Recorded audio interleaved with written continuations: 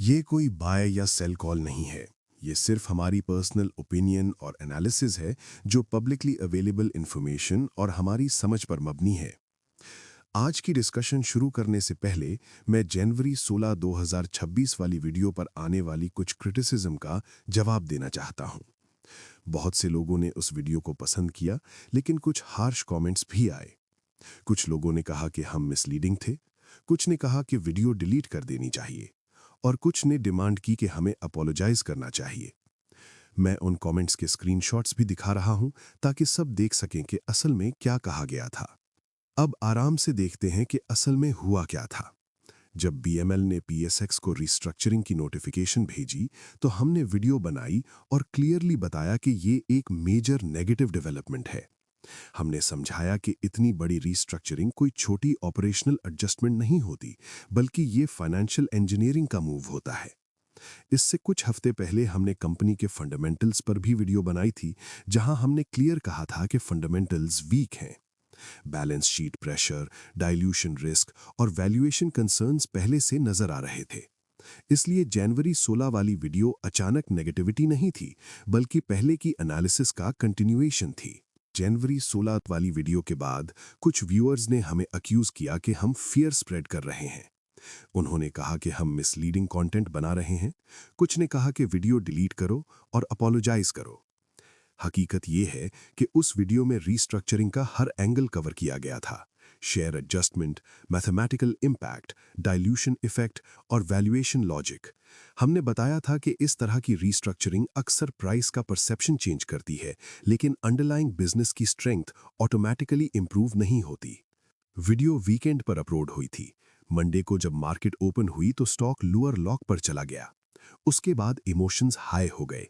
कुछ लोगों ने कमेंट किया कि उन्होंने लोअर लॉक पर सेल किया और उनको हैवी लॉस हुआ।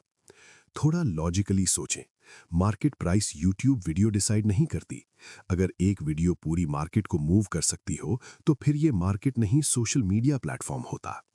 लोअर लॉक कलेक्टिव सेंटिमेंट और लिक्विडिटी का रिजल्ट होता है। यहाँ मेन इशू इमोशनल अटैचमेंट था। बहुत से इन्वेस्टर्स इस स्टॉक के साथ इमोशनली अटैच थे। जब कोई नंबर्स और कैलकुलेशंस के साथ उनके बिलीफ को चैलेंज करता है, तो अनकंफर्टेबल फील होता है। ये डिस्कम्फर्ट अक्सर क्रिटिसिज्म में कन्वर्ट हो जाता है। इसी दौरान कुछ दूसरे यूट्यूबर्स कह रहे थे कि हमने सही गाइड किया, होल्ड करो।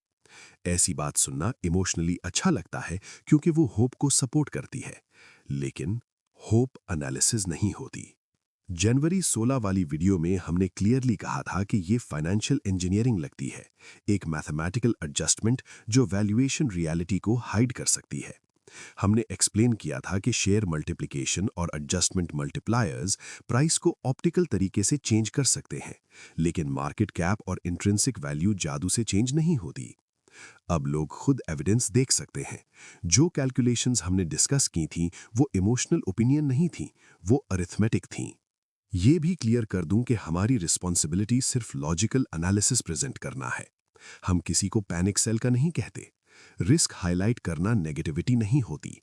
सेलिंग, होल्डिंग या एवरेजिंग हर इन्वेस्टर का अपना डिसीजन होता है। लोअर लॉक पर सेल करना या ना करना इंडिविजुअल चॉइस है। स्टॉक मार्केट, खास तौर पर स्पेक्युलेटिव काउंटर्स में वॉलेटिलिटी एक्सट्रीम होती है। जब रीस्ट्रक्चरिंग के साथ बिलियंस शेयर्स इशू हों और एडजस्टमेंट मल्टीप्लायर्स अप्लाई हों, तो वैल्यूएशन मैथ समझना जरूरी होता है। प्राइस सिर्फ नंबर होता है। असल valuation price multiplied by total shares होती है। ये हमारा कोर पॉइंट था। इमोशन नहीं, सिर्फ मैथमेटिक्स। लॉस देखना पेनफुल होता है, ये हम समझते हैं, लेकिन एनालिसिस को ब्लेम करना फाइनेंशियल रियलिटी चेंज नहीं करता। मार्केट डिसिप्लिन को रिवॉर्ड करती है और इमोशनल बायस को पनिश करती है। जब फंडामेंटल्स वीक हों और फाइनेंशियल इंजीनियरिंग नैरेटिव डोमिनेट करे, तो कॉशन जस्टिफाइड होती है। आज हम ये प्रूव नहीं करने आए कि हम सही थे। हम सिर्फ अपने लॉजिकल फ्रेमवर्क पर स्टैंड कर रहे हैं। अगर फ्यूचर में हम गलत हुए, तो ओपनली एक्सेप्ट करेंगे। क्रेडिबिलिटी डिलीट करने से नहीं, कंसिस्टेंसी से बनती है। फिर से क्लियर कर दूं, ये बाय या सेल रिकमेंडेशन नहीं है।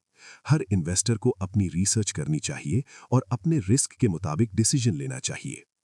मार्केट हमेशा पेशेंस, लॉजिक और इमोशनल कंट्रोल को टेस्ट करती है। असल सवाल ये नहीं कि मंडे को स्टॉक ऊपर गया या नीचे। असल सवाल ये है कि क्या हम डिसीजन नंबर्स पर ले रहे हैं या सिर्फ होप पर।